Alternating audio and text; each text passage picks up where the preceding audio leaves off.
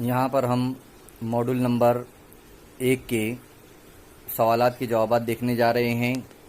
और module number 1 में हमारा है पहला सवाल, राम बीनाई की माजूरी से मुतासिर है, इसको वाकिफ़ कराने और घूमने फिरने की तरबियत के लिए कौन सा तरीका सबसे कारआमद होगा।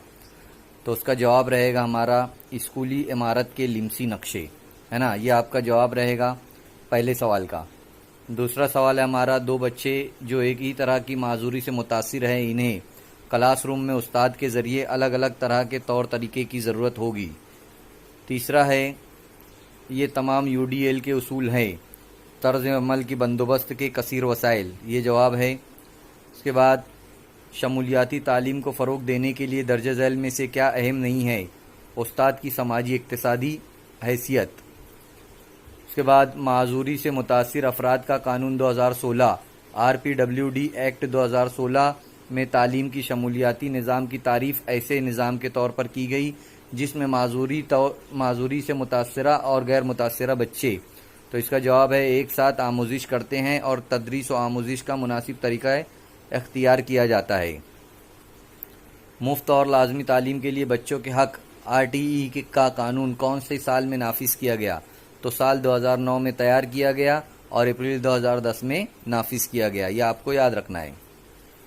दरसियात में मुताल्लिक मंदरज झैल में से कौन सा बयान दुरुस्त नहीं है।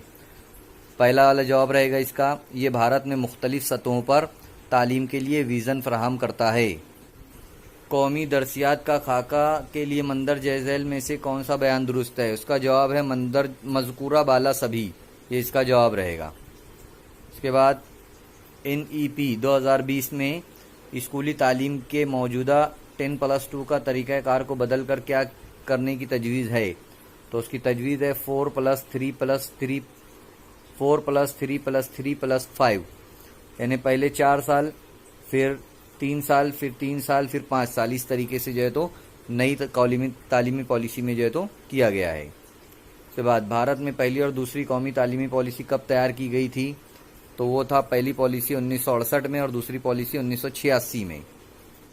तो इस तरीके से हमारा मॉड्यूल नंबर 1 के यहाँ पर क्वेश्चन आंसर थे। आप लोगों को जो है तो इसी तरीके से देना है, आप ज़्यादा से ज़्यादा नंबरात हासिल कर सकते हैं।